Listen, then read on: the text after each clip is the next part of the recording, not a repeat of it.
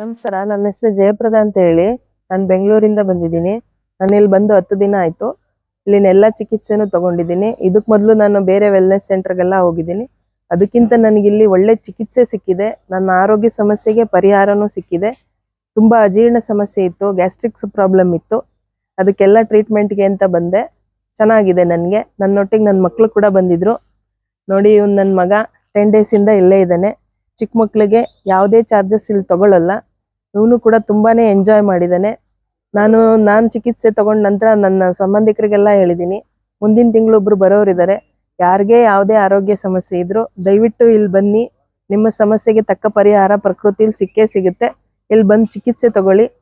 ನಿಮ್ಮನ್ನು ನೀವು ಆರೋಗ್ಯವಂತರನ್ನಾಗಿ ಮಾಡ್ಕೊಳ್ಳಿ ಅಂತ ಹೇಳೋದಕ್ಕೆ ಇಷ್ಟಪಡ್ತೀನಿ.